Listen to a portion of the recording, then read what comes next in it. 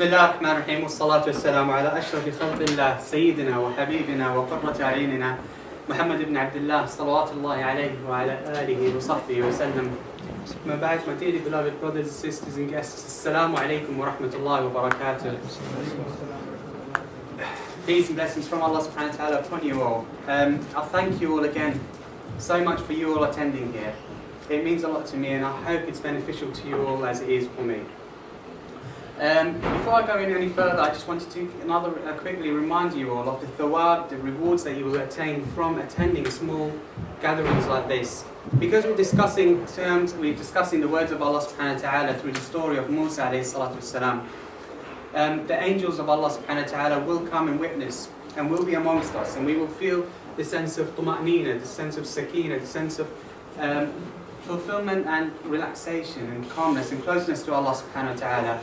And when we finish, the angels will go back to Allah subhanahu wa ta'ala, and Allah subhanahu wa ta'ala will ask them to bear witness that every single person in this room, everybody who sat here, whether they came here for the sake of learning or the sake of being dragged here, your name will be mentioned by Allah subhanahu wa ta'ala personally. So Allah Almighty will mention you by name and say, I have forgiven this person and I'm going to bestow upon him my mercy.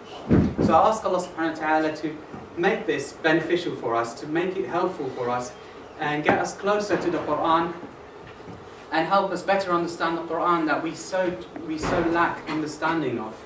And inshallah, through the story of Mousa, you'll understand a quarter of the Quran, and I ask Allah subhanahu wa ta'ala to make us all Ahl al-Quran, those who learn the Quran and those who memorize it and those who recite it, inshallah ta'ala. Then, the life of Mousa alayhi salatu wasalam. As I usually go into, I'd like to go a quick recap for those who didn't attend the first two talks, and just to act as a refresher for everybody else. The life of Mousa alayhi salatu wasalam so far. What we've done is we've seen that the story of Mousa alayhi salatu wasalam starts off with Yusuf alayhi salam. Yusuf alayhi salam, how he came into Egypt, he became a high-ranked member of the Egyptian clan in the royal family there. He looked after Egypt. He in fact looked after the economy of the world due to the presence of Egypt. He brought his family over. He brought the children of Israel to Egypt. He made sure that they would not be unjust to people. He made sure that everybody would be treated justly and fairly. His brothers then didn't like that. They seek to become higher. They seek to get better rewards and better gains from their status, from their brother's status, but Yusuf would stop them. When the Hyksos who ruled Egypt were kicked out, because the children of Israel were seen to be with the Hyksos, those who ruled Egypt, the Egyptians didn't like them, and so therefore the Ahmos, who got rid of Hyksos, came back to the children of Israel in Egypt, and he changed everything for them. He turned the children of Israel in Egypt as slaves. He stopped them from being educated. He separated them. He made sure that they were slaves. In fact, he would take the children of Israel and replace them with the slaves that the Egyptians used to have. And so therefore, ever since, the children of Israel have been suffering and they've never had their rights given to them. The children of Israel were weak. They didn't feel, they were weak, all their rights were trembled upon. The might and the power of Pharaoh, we looked at how mighty he was, how he had the council of priests all to his side. He had his media in the form of the magicians, and how they'd spread the magic given by Pharaoh, and in order to establish in the heads of the poor people in Egypt that, oh, he is God. They do all these magics and then say, oh, this is Pharaoh, he's a powerful. A'udhu billahi and astaghfirullah from what they're saying. But they were getting paid for it, so they'll just do whatever they're told to do. He was quite powerful. He had the army, and we saw how vast Egypt stretched out to. He truly believed in himself as being God. He thought that he was the one and only person there. He built temples. He built shrines for himself to commemorate himself, to keep himself. This is obviously after Yusuf. This is 400 years during the time of Mousa alayhi salam. The geography of Egypt, we've seen how wide stretched Egypt is. We've seen how the temples are stretched along the River Nile. We've seen the different gods that they believe and worship. And then they attribute all of these gods to Pharaoh, Ma'adallah. In fact, he called the whole city Burat Ramses, which means the god incarnated into Pharaoh. So he just really, there's a saying that somebody would say a lie and say it so many times that he believes it. And this is how he fooled himself. Then we moved on and we looked at the birth of our beloved Prophet Mousa alayhi salam. How the difficulties that Yukabid, the mother, had to go through. How the surveillance, how Harun and how Madian, both brothers of Musa, went and looked after the mother, made sure that the spies from Pharaoh would not come and attack, would not come and find out. How she'd come out of the house and run outside and get her neighbour into her house when there was a spot check. The midwives from Pharaoh, they'll come and check the neighbour, thinking that she's the one who lives in that house, and then they don't put a mark on that house that somebody's pregnant in this house. The soldiers, whenever they come, all of a suddenly she'll go and hide somewhere else. There's a lot of struggles, but what she was actually doing is fulfilling the formula of success. The formula of success states that you do everything you can do, whatever it is. This applies religiously, this applies to everything in your dunya, including your studies. Do everything you can, but ultimately, do the second part of the formula.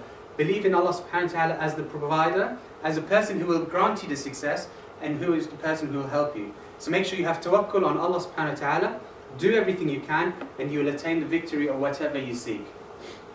So Yukabid, the mother of Musa alayhi salam, she did everything she can to make sure that Musa, out of all the newborn children of Israel, would survive.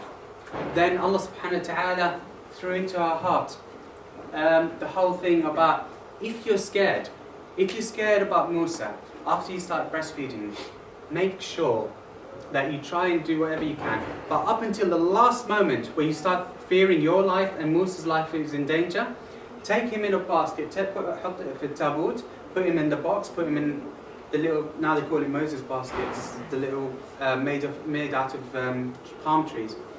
Take him and throw him into the river. And Allah subhanahu wa ta'ala promised her that he will come back to you, irregardless of where he goes. And unknown to her, that when she put the baby in the basket in the river current was taking the baby to the palace of Pharaoh. She had her daughter to walk alongside the basket. And once the basket reached Pharaoh, Asiya came out. Of all the people in the palace, how you can imagine the palace of Pharaoh, so many people, so many staff, the soldiers, the spies, everybody surrounding the palace. And it so happened that Asiya, the wife of Pharaoh, walked out to the shore. She saw the basket, picked it up, and then persuaded her husband to take care of Musa. Musa was then referred to as Prince Musa. Musa referring to the incident of where he is. The name Musa stands for the person or something picked up from the sea or from the water. And so from then on he was known as Prince Musa. He was to be provided with all the luxuries that every single person was provided in the palace of Pharaoh. Now this is where we kind of stopped last week. What happened was, Musa, now that we know the conditions of Pharaoh, what Pharaoh was capable of doing, and the task ahead of Musa, Allah subhanahu wa ta'ala destined for him to be the prophet. And so therefore he had to be prepared for this mission. But the mission is not easy. You have somebody who believes that he's God. You've got all his clan, you've got all his soldiers, you've got the whole country against him basically. So all the odds were stacked against him. And so therefore Allah subhanahu wa ta'ala had to make sure that Musa is ready for the mission ahead of him. And this is where the ayah that Allah subhanahu wa ta'ala says, وَلِتُسْنَعَ عَلَى عَيْنِي. Now the Prophet Mousa alayhi salatu wasalam had to be prepared adequately for the mission ahead of him. And therefore what he had to do, what Allah subhanahu wa ta'ala had to prepare him for, is the different events that he could go through. And so therefore the different events will require different characteristics. And and every characteristic would have an event or an incident that will build that character into Musa alayhi salam. And so therefore, what happened with Musa alayhi salam when he was in the palace of Pharaoh. Asya, the wife of Pharaoh, would obviously look after Musa, and when every now and then during the day, she'd take Musa to his mother, Yukabid, to breastfeed him, look after him, and then bring him back. And there was this kind of this arrangement between the palace and Yukabid. Nobody knows that Yukabid is the mother of Musa. Yukabid can't tell Musa, and he was quite young at that stage anyway. Why would Allah subhanahu wa ta'ala, one question would spark into our head, why would Allah subhanahu wa ta'ala bring Musa and put him in the palace of Pharaoh, his enemy? That would be very easily answered from knowing what happens in the palace of Pharaoh. Now, the palace of Pharaoh, unlike most palaces, is not just a palace where he lives and all the meetings happen. It's more of a university, so all the highest scientists, all the big people, all the knowledgeable priests and all the wise men would come and gather. They'll share their thoughts, almost having tutorials and sessions and lectures. And so therefore you can imagine that that house was a university with wealth of information in there.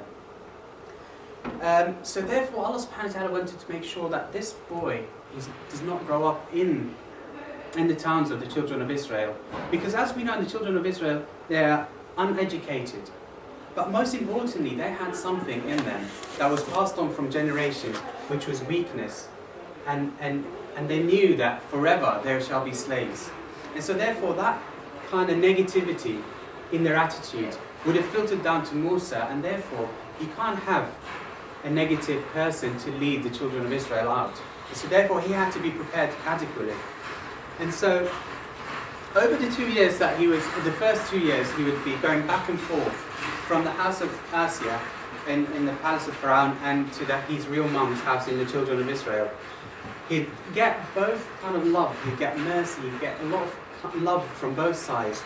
And so therefore Allah subhanahu wa ta'ala, in the way of preparing a leader, what Allah subhanahu wa ta'ala exposed him to was a lot of mercy, a lot of love. And so therefore any leader, any successful leader must know what the word mercy means and knows when to apply it rather than being a tyrant. So he grew up being loved with luxury and lavish at Asya in the palace of Pharaoh, and then the true love of a mother in children of Israel, in the town of Israel where they lived. And so therefore that's the first character that he was brought up with. And then in the palace of Pharaoh, what he would be exposed to was that high level of education. You can't lead people if you're not educated. Never mind education academically. Educated in all sense, you're wise. He'll have to eventually know astrology and how to get past and what the stars mean and how to guide himself. He'd have to know basic math. He'll know how to deal with people, talking with people. He'll have to develop that sense of the etiquettes of living with luxury, high-class people, developing that sense of wording and how to word things and how to discuss with people, how to address high people, how to address low people. So he had that. And then most importantly, the children of Israel, Pharaoh was very keen on this whole topic about physical strength. The Egyptians, they looked after themselves. They made sure that they were bodybuilders. They looked after themselves. Whatever martial arts was there, he knew how to do it. Boxing, fighting, wrestling. He knew all of that, so that developed with him over the years. But then another thing that Allah subhanahu wa ta'ala had to put in Musa alayhi salam, if he was to lead a group of enslaved people who are slaves, what do you have to be? How do you lead people if you're a slave yourself? He had to make sure, Allah subhanahu wa ta'ala made sure that Musa alayhi salam grows up knowing he's a free man. He's responsible of his own destiny. Nobody guides him. And so therefore, if you're going to be a leader, you've got to know that you're free. You're not a slave of anything. You're not a slave of your sins. You're not a slave of anybody. You're free. You make your own decisions. And therefore, in the house of Pharaoh, nobody would talk to him. He was the prince. He can just say anything he wanted to. Nobody would disagree or object to whatever he says. So you've got this free man. He's strong. He's well educated. And he's developed this sense of mercy in him. He knows how to be merciful and how to be kind to people. Then the days passed by, and he'd be going back and forth, even after the breastfeeding stage. What he'd do is go to his foster mum, Asya, and he'll learn a little bit from her, and then he'll go to his real mum. He doesn't know that she's his mum at the moment. And with everything going on around him, both mothers knew that this boy is developing quite quick. He's being very mature at this quite early stage. And so therefore, what the both mothers started trickling down information to him. He just, by coincidence, that both information that he'd get from both mothers would just come and be in a nice structure that it just forms the basics of his fundamentals. And so therefore, when Asya started seeing that this boy, quite clever, he can handle a bit of the truth. So what she started saying to him, slowly, this is past 2 years, he's probably in his early teens, mid-teens. Asya started saying to him slowly, trickling down information, you're a good guy, and this is what happened. We found you in the river, and you're not really my son. But who is your mum? I don't know. She didn't know. All she knows was this baby in a basket came to her, and she just looked after this child. And so therefore, Musa alayhi salam, or Prince Musa as he's known then, he started knowing, okay, so she's not my mum, but I'll still look after her because she looked after me and she cared for me. And then when he'd go to the town of the Israelis, and when he goes to his nanny or babysitter, he just realised that there's more of a connection he has with this lady, Yukabid. He couldn't quite pinpoint that is his mother, but even his mother could not tell him because, according to her judgment, she didn't know, is he or is he not ready? So again, she started trickling down information to him as well. That coincided with what was told. But instead of saying that, oh, I threw you and all of that stuff, she said, okay, let's take it one by one. And so what she started doing is trying to build him as a person. And what she started saying is, let me tell you the story of a great man. His name is Yusuf alayhi salam. Musa started listening to the story of Yusuf and what happened to him and what had become of him and what he did. And then he would learn it, he'd absorb the story and start liking this guy called Yusuf. To him is a legend, is somebody that has happened 400 years ago. Who is he? So he started loving this person, and obviously the choice of Yusuf alayhi salam was very, very, very well thought of.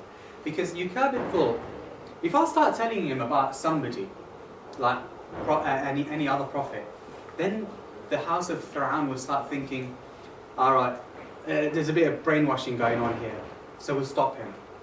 But what she chose Yusuf. And like I said earlier, the Egyptians, everybody who came into contact with Yusuf, they loved him.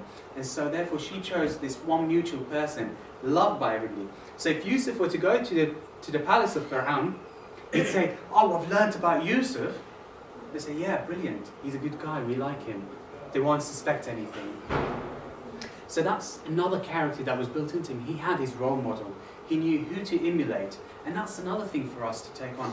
Find your role model, and we all learned of the Prophet Mousa.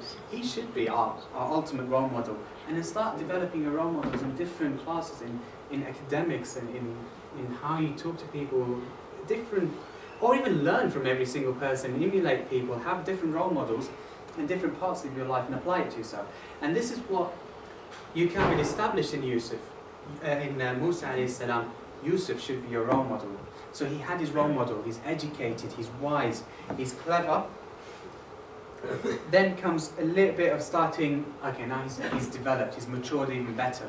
And so therefore what she started saying is, and then Yukabid told Musa, you know this Yusuf guy that I told you about? Yeah, he's actually my granddad. He's related to me by my granddad. And so he just thought, wow, I'm in the presence of a descendant of this person. That even drew him closer to this lady. And then one day came when she thought, okay, this guy is ready to know the truth. She told him, this is what had happened to you. I am your real mother. Harun is your brother. Miriam is your sister. And that everything just slotted in place. Everything made sense to him. But if she didn't know that he was not ready, she wouldn't have told him. And so therefore she saw this other character in him. He's strong, he knows how to deal with in tough situations. He can be given a secret, and she knows that he will keep it. And that developed into him as a leader. You know, if you want to lead, if you want to be somebody, you've got to know how to handle all these any news, and know how to keep secrets and not be persuaded by anybody that tells you, oh, what's the secret? It starts off from a small secret. If you can start keeping secrets that people told you, and say, don't tell anybody, and you keep it with you, then you're developing yourself into a better person where that person can put trust in you. So Mousa knows this secret. Now he knows that this is my mum. This is my foster mum. This life is not mine. But I was brought up in this life. She's my real mum. She really cares for me. And so obviously his movement from the palace to the town was more frequent. He wants to stay next to his mum, of course, next to his family, next to his brother and sister, next to his tribe. So therefore, he started going. Pharaoh didn't let this pass. Obviously, he noticed. He had this sense of that. He had this, Mousa as well, had this, he felt this tension between him and Pharaoh. This all stemmed from one incident, not very much talked about, but it was quite interesting to mention. Mousa, when he was very young, Pharaoh held him, tried giving him a chance. So Mousa, being a little child, sat with Pharaoh. Little babies would play around with whatever they see. Pharaoh had a beard. Now what Mousa did, alayhi salam, held the beard. And then kind of pulled his head. And in the other hand, he had a stick. He just whacked Pharaoh. Pharaoh, arrogant, angry, an evil person, didn't like that. As it is, this person's not his. This child is not his. And then this boy starts hitting him. That moment, he just shouted, threw Mousa alayhi salam across. He called his soldiers to come and kill him. He straight away thought, that's the person. This person is going to get rid of me. This person is what the children of Israel are talking about. Kill him. Asiya came into the picture straight away, his wife. She pleaded with him. He's a child, he's an infant, he doesn't know what is going on. He doesn't know what's right and wrong. And he's a child, you can see that. He wasn't convinced. I mean, somebody with such... He's an adult, you'd think he'd know, but he wasn't convinced. Therefore, he ordered a test. This test, obviously now Mousa saw this guy angry, pushing him. All things went through his head. He was a little child. So therefore, suddenly he had this resentment. And his test, Pharaoh's test, was quite simple, a bizarre one. He brought a bowl, 2 bowls. One bowl, he put hot charcoal, so it's like just that orangey, flamey coal in one. And then he put a bowl of jewellery and rubies and glittery stuff in one. And then they put it in front of Mousa alayhi salam. And the test was, if he knows which one to pick, then he is mature and wise. Because obviously something that's flickering, the charcoal, the orange flickering there, that would be quite enticing. Well, to him, he thought, that's the theory. So, subhanAllah, Mousa was about to put his hand in the jewellery bowl. He liked that, colourful. He went for that. This is a child, this is an infant, bear in mind. As he was putting it there, Allah subhanahu wa ta'ala sent an angel that came, pushed his hand, and then Mousa took the coal, put it in his mouth. That burnt him, and that caused him to be he had a bit of a lisp, and he burnt a bit of his lips. And that's why when later down the stage, he knew that when he's trying to approach somebody so mightiful, it's not good that he doesn't put his words don't come out straight. So then, from that age, you can see that Mousa had this resentment for Pharaoh. Pharaoh was an angry person. So therefore, throughout his life in the palace, he didn't have much interaction with Pharaoh. Pharaoh had hated him, didn't quite like him, started avoiding him. He was treated like a prince. He had his entourage, he'd have his education, he'd have everything supplied to everybody. But what Pharaoh made sure that he doesn't cross paths with him as much as possible. Now, Yusuf alayhi salam, mature. He's got all the characters that you can have in a leader.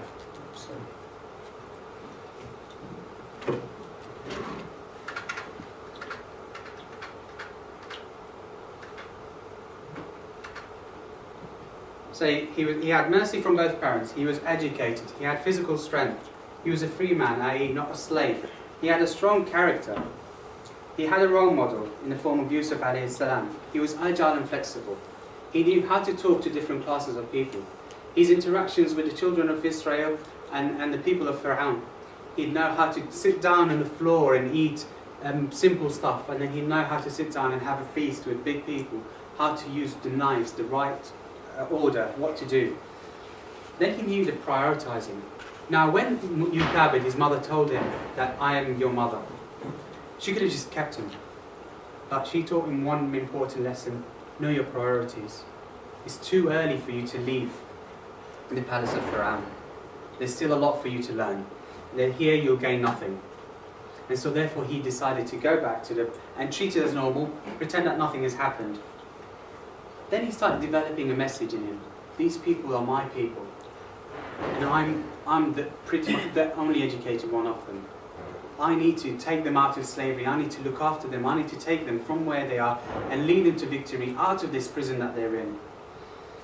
And then the right companion, which we'll later see on, that he's Harun, his brother, was his best companion. So now, as he's at that age, he's grown up.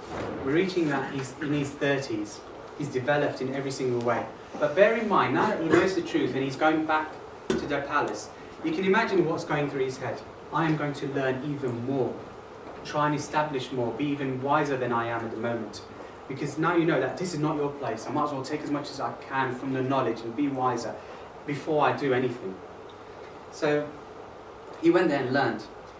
And he'd pop into the town as much as he possibly can and visit his mum whenever he can.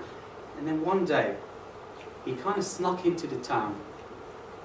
But obviously this is him establishing his relationship with everybody. Now everybody started thinking, oh, this is Mousa. Yeah, his mother is Yukabid. Somehow, which I'm quite chuffed about, is that they didn't splurt it out, they didn't tell people about it, so they kept it within them. He started forming allies and people were getting closer to him, and he started understanding people whenever he can. Then came this one particular day where Allah subhanahu wa ta'ala had to test him. You're going to do choices. In your life, you're going to come across choices. Everything is a choice, either right or wrong. You don't know which one's which. And eventually you go and do something. Most of the time it'll be right, inshallah ta'ala. But even then, Allah subhanahu wa ta'ala will put a test for you in this choice that you've done. And then, from this test, if you pass it, then everything will slot into place to prove that your choice was right. Now, Mousa alayhi salam established himself, these are my people, I will look after them. But yeah, I've got to maintain this secrecy about it in the palace. So what Mousa did one day was, he went into this town when he made sure that nobody was following him, he made sure everything was fine. He snuck into the town. Then he came onto a sight. Two guys having an argument. It escalated. It became a fight. In fact, one of them was really wanted to kill the other person. Mousa came, rushed and saw the two guys. هذا من شيعته وهذا من عدوه. One of them was from the children of Israel. He knew Mousa, Mousa knew him. Then the other person, not only was he an Egyptian, he was actually from the palace, from Pharaoh. That guy didn't quite pay attention to who was approaching. Mousa alayhi salam went, and the guy from children of Israel shouted for Mousa to come and help him. He rushed in and punched that guy, and punched the Egyptian guy. That guy, instead of just being punched, he ended up killing him. He fell from the first punch. Mousa drew himself back and realized what had just happened. And the regret on him was, obviously, yeah, he killed somebody. That was quite wrong. And he regretted it, obviously. But then again, He's a prince, he shouldn't care. Somebody died, it was a mistake, why should he worry about it? But what really got him, because remember, Musa alayhi salam he was very mature. What had happened is that he realised, I had just rushed in. I didn't listen to any of the two stories. I just went and punched a person. And that is what Musa did not like at all. He regretted doing that. And so straight away, he went in and straight away said, "Oh my Lord, verily I have wronged myself, so forgive me." So as soon as he did this sin, he straightly went into Tawbah. And Allah subhanahu wa ta'ala straight away, as soon as he did Tawbah, as soon as he asked forgiveness from Allah subhanahu wa ta'ala, Allah forgave him. Now, he's here, there's the guy got killed, that guy went off, the guy who he helped, and then he went back. He didn't go back to the palace. What he ended up doing is he stayed put. Then when he woke up the following morning, he came out, he was trying to sense what had happened. But that incident didn't go past because the Fir'aun was actually wanted that person. Or the news of that guy missing came to him. He realized Fir'aun had known that there's a body of one of his people in the town of the Israelites. That got him even enraged. He wanted to make sure that he knows who did that. So the Fir'aun was gathering up with his head of staff and all these top chiefs and his basic council there. And in the meantime, Musa alayhi salam was in the town the following day, trying to think, what has he done? Then he came and saw two people fighting. This time, it's the same guy who he helped yesterday, and another guy from Egypt. This guy had a stick, and he was really battering the guy from his own people. So Musa was about to go and attack, but he made sure that I've got to make sure that I don't do the mistake of yesterday. I repented to Allah subhanahu wa ta'ala, so therefore he was going to come. So I got to emulate this a little bit. So you got two people fighting. Now Musa was coming and approaching the middle to kind of separate them. But instead, what had happened, the guy was on the floor, the guy from Children of Israel, he was on the floor. He saw Musa angry, because Musa, obviously, he sees injustice, he's got to go and intervene and about to stop them. But out of anger, that guy saw him, he was quite angry, and so therefore, that guy shouted, "Musa, do you want to kill me like the person you had killed yesterday?" That guy froze, the guy who was beating him, froze in his place, only to realise that, hold on a minute, we were looking for the person who had killed somebody yesterday, and I got it from the horse's mouth, I got a confession that Musa's the person who killed this guy. So that guy just rushed off back to the palace. Musa froze in his place. How dare somebody says, well, he didn't say how dare, he was just shocked that after everything he has done for the people, after everything he can do in terms of helping them and trying to boost their morale and trying to look after them, somebody says, "You're a bad person." Prophet Mousa said, "I've done nothing to you. Why would you say something like this about me?"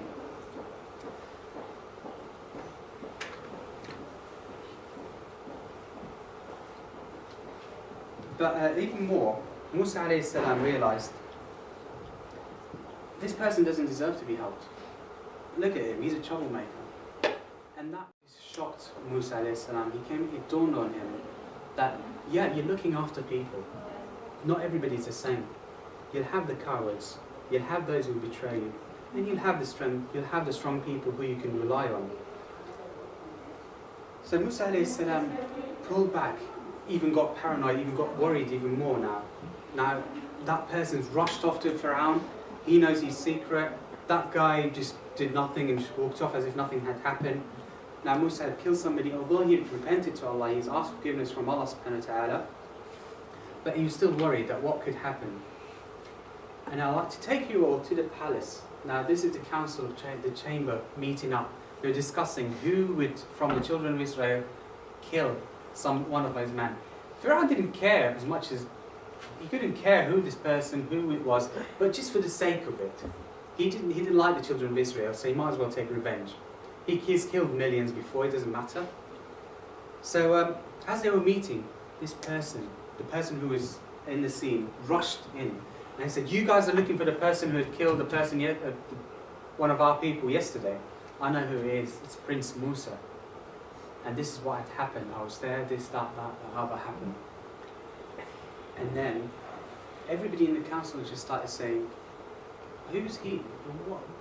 Why is he a prince? They started questioning things. Where did he come? Why would he take the side of them?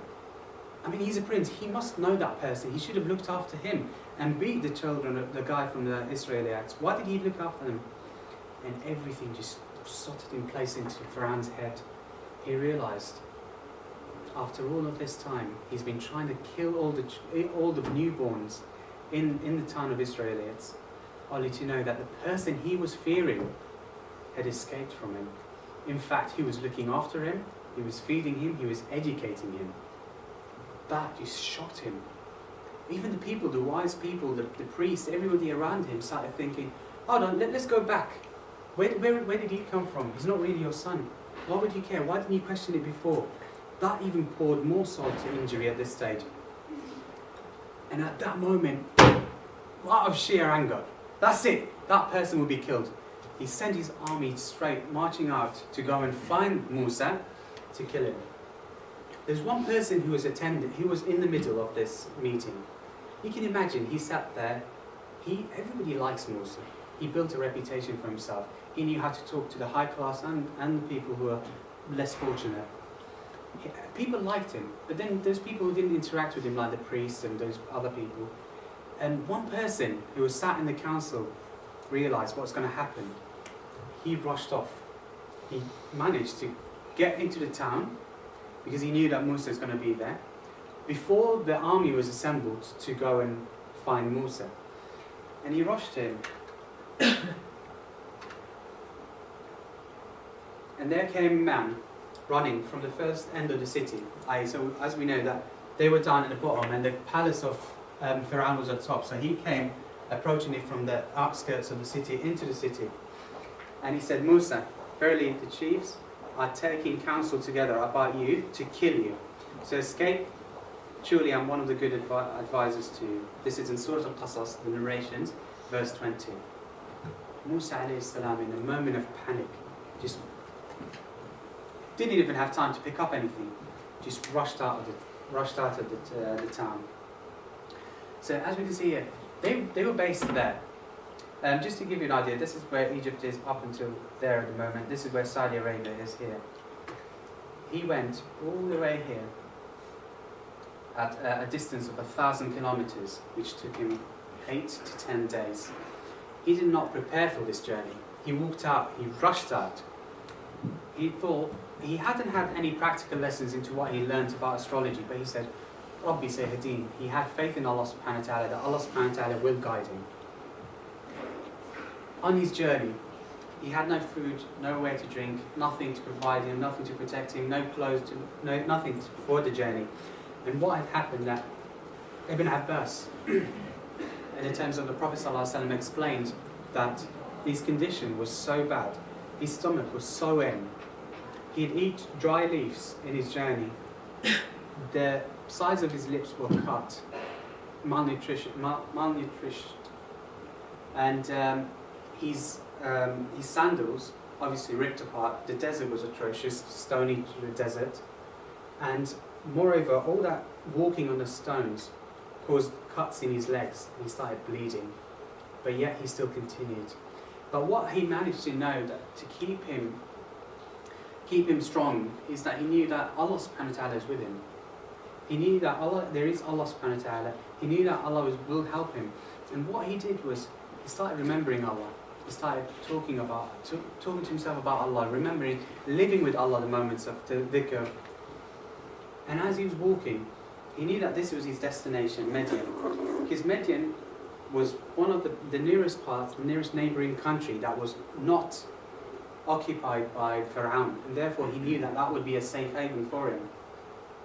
And as he rushed to Madian, he stood up on a mountain, and there he can see the Madian, the town in Jordan. This is in Jordan at the moment.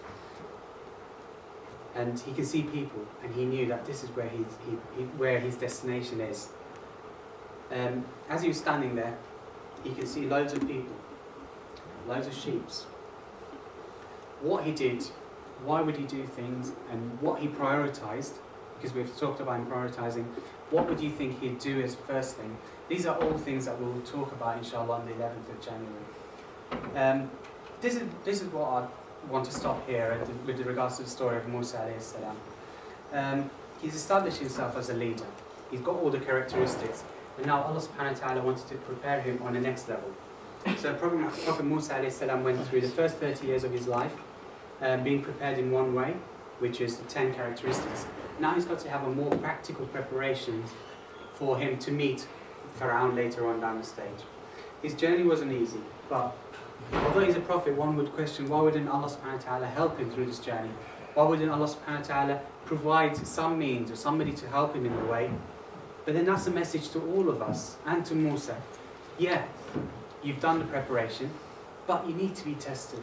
Things will happen in our life that aren't according to our plans. And what Allah subhanahu wa ta'ala is going to put you through these tests. We all go through tests throughout our day, but it's how we go at the end of it is how Allah subhanahu wa ta'ala will reward us. And so therefore the message for us to take from Musa alayhi salam today is try and establish those characteristics in yourself. Establish mercy. Be merciful to people. Be merciful to yourself. Try and be free from influences from outside. Don't let people persuade you into things that are wrong. Only be persuaded by things that are good and you believe it's good. And there are proofs of it being good. Try and establish strength in yourself in terms of academics, in terms of physical, and put a role model for yourself. That's what happened to Musa, and you'll see how all of this will work and aid him later on the stage in his mission against Pharaoh. Musa also knew the importance of having a very good companion, and therefore he asked Allah subhanahu wa ta'ala to have Harun, his brother, as his companion, his older brother. And this is one thing you've got to all make sure that you do a bit of an audit on who you talk to, and what kind of things are they telling you. Are they leading you to good? If not, then try and limit your interaction with those people to the importance or to essentials, basically. And most importantly, know how to prioritize and be flexible. Now, we live in a Western society where, to be frank, I'll be honest with everybody here, we're not really accepted because of a small minority of black sheep that ruin everything for us. We're a religion of peace, we're a religion of love, and a religion of care. And then other people come and preach, no, Islam says that we have got to kill people. And it just ruin everything for us. And so therefore, if you can take something from Musa alayhi salam, integration. He integrated in both communities. He did do a lot of compromising, and as it was mentioned in the khutbah, you've got to do a bit of compromising, so long as it does not go beyond the teachings of Allah subhanahu wa ta'ala. Make sure that Musa is beloved to the Prophet Muhammad sallallahu alaihi wasallam, loved him, so we should all care for Musa as well. He's not just a prophet for the children of Israel. He's a prophet with a message that the Prophet sallallahu alaihi wasallam came to establish. Sadly, the timing of our talks do not coincide with the stories of Ashura. What I wanted to say is that on Thursday, inshallah, will be the 10th day of Muharram. That is a day that when the Prophet Muhammad ﷺ approached Medina, he was in Medina, and he saw that the Jewish community in Medina were fasting on that day, and they were indulging in more worships of Allah subhanahu wa ta'ala during that time. And so Prophet Muhammad ﷺ asked them, why do you do this? And they said to him, this is a day that Prophet Mousa crossed the sea and he was saved from Pharaoh. And then Prophet Muhammad ﷺ said, we follow the same teachings of the Prophet Mousa. The teachings of Prophet Mousa is established in Islam. And he knew the Jewish communities back then, they had deviated from the teachings of Mousa alayhi. Therefore, Prophet Muhammad ﷺ, we have priority over Mousa more than you.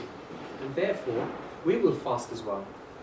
We will fast the 10th of Muharram, and just to make sure that we're not copying people, we will fast the day before or a day after. And therefore, tomorrow, Wednesday, will be the 9th of Muharram, and Thursday will be the 10th. So you can fast Wednesday, Thursday, or Thursday and Friday. And the rewards are rewards of fasting, and then the rewards of forgiving your sins. So I urge everybody to try and do whatever you can to fast on those days and to increase your worships. I thank you all very much for listening, and I hope wasn't too much of a burden. And inshallah, I shall see you all on the 11th of January, inshallah. Same place, same time, inshallah. Assalamu alaikum.